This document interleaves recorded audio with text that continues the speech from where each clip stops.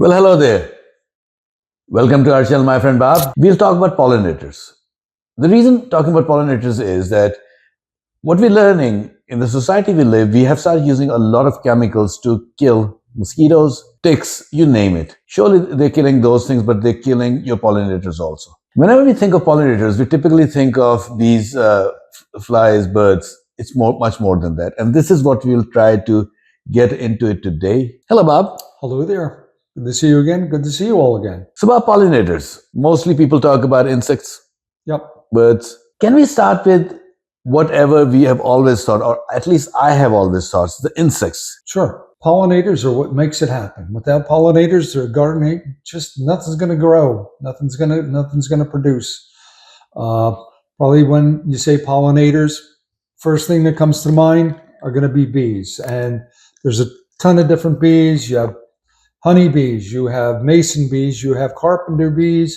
Everybody knows bees, and I'm glad you all do. But you want to think a little bit more along that line. There's also wasps can be pollinated. There's a lot of different type of wasps. So while bees are a big one, there are also wasps. The other one that people think of as a big pollinator is butterflies.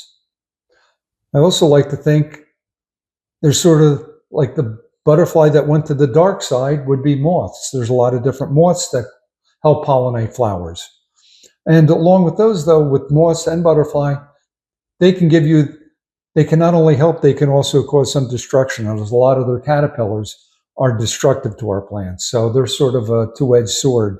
With other insects, flies to a certain extent, do you remember me growing the voodoo lily? Oh yeah, I grew do. Voodoo lily in the greenhouse. It's the main one I grow. It's a bulb. It's called Amorphalis bulbifier. Actually, you have given me one of those. I have it. Okay. It's a bulb. It's not hardy in our area. There is a hardy form, but I plant it, and each spring it would grow up into the garden or in a pot. It would send up one big flower that smelled horribly because it was pollinated by flies. It would become so disagreeable. It was like a natural gas smell. We'd have to take it out of the greenhouse, and usually it would be Mother's Day, one of the best weekends. Have to move it out of the greenhouse because it was such a pungent smell. So flies can be a big pollinator. Also, there is a cactus or a succulent called the carrion flower, which looks like a big starfish, which is attracted by flies. So flies are a pollinator as well. Ants can help with pollination. Ants can be a big friend to the garden as they clean up a lot. They are necessary. Like ants will help open the flowers of peonies. But again, they do help with pollination as well. So your insects, while probably being the major type of pollinating group. And again, as I was researching for this to ask all these questions to Bob, I realized even with the bees and wasps and other things Bob is talking about, depending on how, if you want to call them legs, tentacles, whatever body part it is, it depends which plant they can pollinate. Because what attracts to the physical being. So nobody thought that wasps could be pollinators. We always, as soon as we see it, we bring almost that spray gun out and try to kill it. Don't. Definitely. You're their friends. And again, you want to encourage them as much as possible. What surprised me? Mammals. Sure. How are mammals pollinators? First question. And then which ones? Well, again, the same way they move from flower to flower, picking up pollen, just like your insects do. And probably the main one that would do that are bats. Maybe not so much in our area, but a lot of the tropics and the desert, bats are a huge pollinator and help a lot too. And another that probably not as big, but can help are rodents like mice, things like that will grow up, growing into the flower, moving from flower to flower. They're not flying, but they're crawling around. They help with pollination. So mammals can help in a big way to pollinate as well. So my pushback to you, whatever good we get out of them, whatever they destroy, are they even worth it then? Again, it's all balance. So yeah, you'd want to keep that. If things start becoming destructive, like with rats and stuff like that, you'd want to control them. Count on your other pollinators. Also, you could look at, there's birds. For our area, hummingbirds. will help. They have that tube feeder. They go from flower to flower. They can help pollinating as well.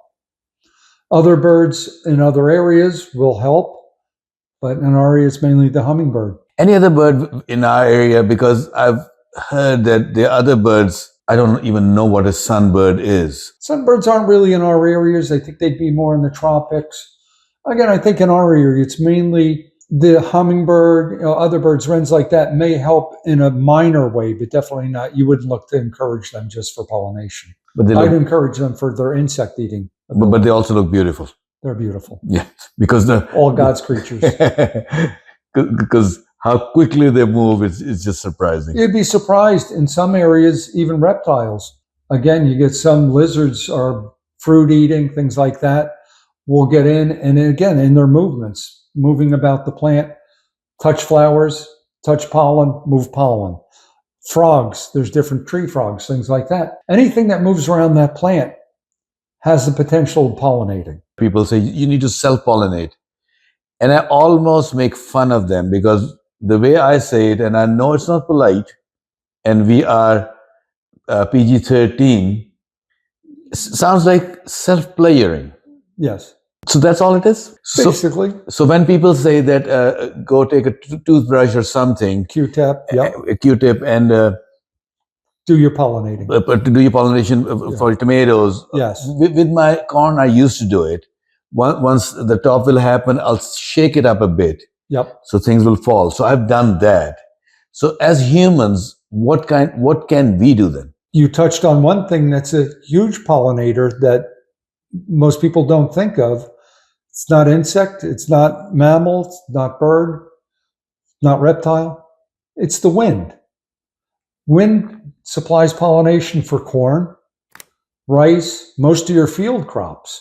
So wind is a huge pollinator, and that works also in the water. Your water plants work the same way, where physical pollen moves from plant to plant because of the action of the environment, not so much an animal or any living creature that moves it. If you're using a pesticide, maybe use one that's very specific to the animal, the insect that you're looking to do away with, so you don't hurt your pollinators.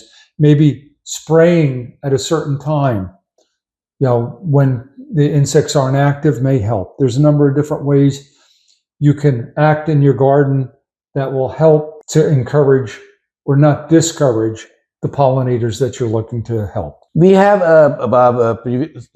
since we have discussed the few different ways of pollination. Actually, generally speaking, those are what pollinators are, with nature being part of it, with wind and water. So beetles, surely they pollinate, but they have some other uses also. Oh, sure. Well, depending on the beetles, some are very destructive.